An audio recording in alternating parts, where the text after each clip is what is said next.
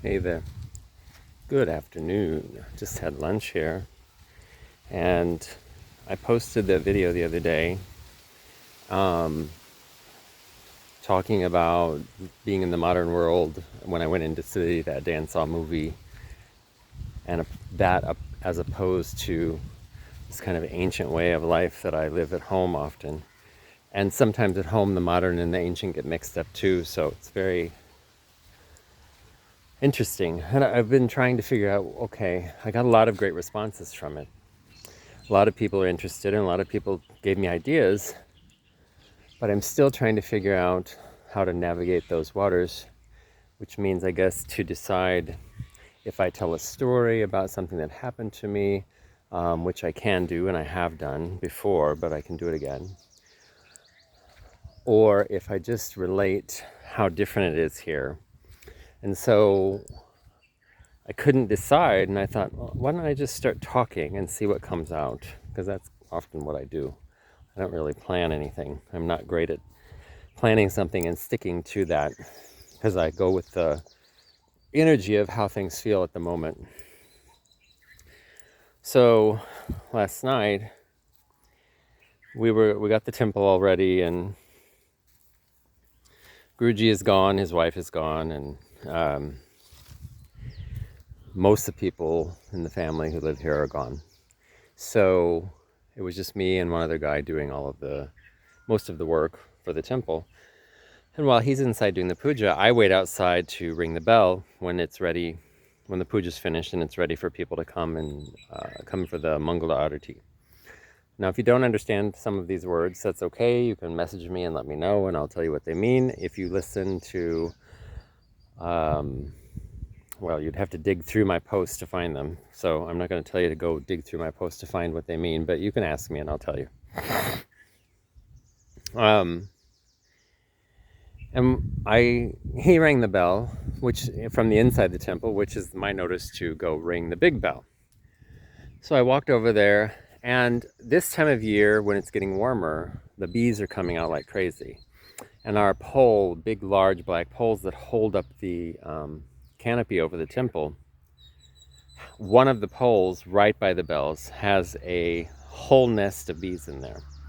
They didn't build a hive, they just stuck themselves inside of our pole. So this happens every year. They kind of migrate there. And when they're getting close to dying, because if you know the lifespan of a honeybee is not very long, it might be just a day or two. And when they're getting close to dying, for some reason they're flying and they look like they're flying, they're buzzing their wings, but they're on the ground. So in front of the temple is a concrete slab called a mandapam. And they'll fly along the ground there, and you'll step on them and they sting your foot. So I often am looking at the mandapam to see if there's any bees there that I need to watch out for. So when it came to it, and I walked over into where the bell is off the side of the mandapam and in the dirt. So I didn't look there. And I stepped down with my right foot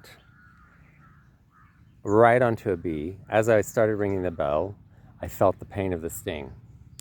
It was terrible. And I still had to ring the bell because there was no one else to do it.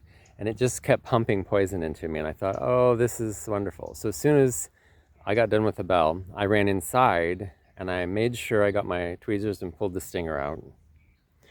And usually I try to figure out what to do. There's some lime. It's a white stuff that it comes from the ground, but you use it in pan, and Guruji chews pan. If you put the lime on the spot where the bee stung, it pulls some of the poison out. And often we'll pull the stinger out if the stinger gets stung. Well, I had got the stinger out, so that wasn't the issue. But the poison was really strong. And I was trying to figure out if I'm going to go find, because Guruji's gone, so I need to find where the lime is. I know there's some by the temple too. And then I thought, no, let me try, I've got a little bottle of hydrogen peroxide. Let me try that. So I didn't pour it on there. I got a Q-tip and I wiped it on there.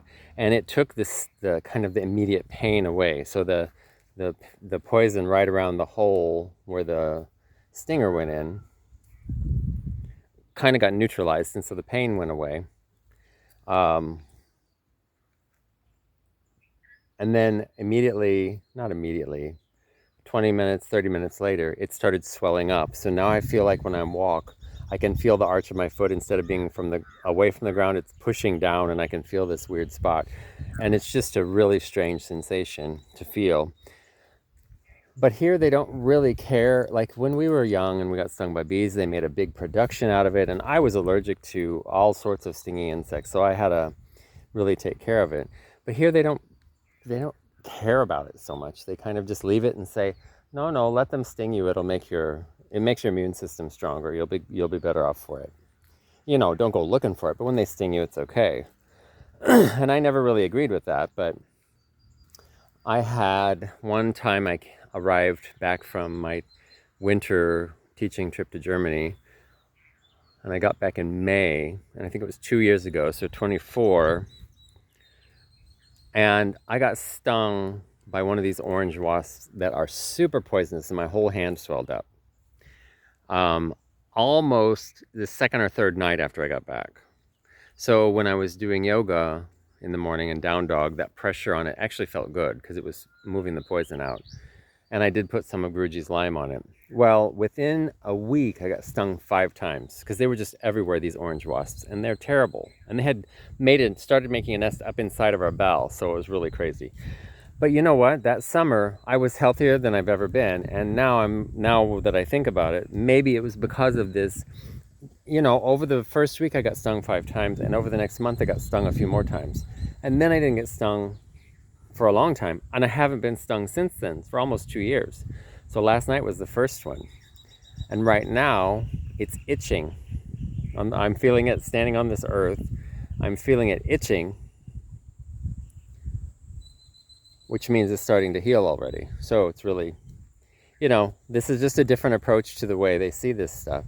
It's a very sunny day here, so I'm trying to avoid the sun too much. I love the sun, but it's really hot. And this is, let's see if I can show you this way. This is where the cows are watered. And we have a natural underground spring, see the pole there? Underground spring that we tap into. That's how we get our water at our house, so we don't actually pay for water. And it's pretty clean most of the time. But the cows do drink there. Our cows and other people bring their cows up the little road here, because they let them feed down there. So when they're leaving, they water them when they're leaving.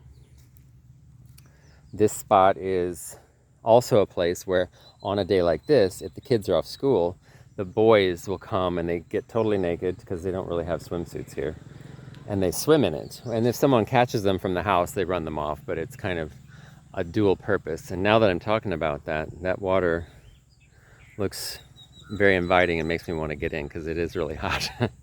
So this isn't like a big fancy story. It's just kind of little bitty tidbits of information of some of the stuff that I deal with as a Western person, but someone who's integrated the way of life in India, in South India especially, very deeply into my life. And it's just some of the different things, different approaches to the way we live that go on every day. And I don't know if that's interesting or not to you, but maybe it is, and we'll see. So I will post this and see if you all like it. And if you like it, then I can go forward and do some more like this. And I can tell some stories of some of my sadhanas and lean into that. Okay? Have a great day. Talk to you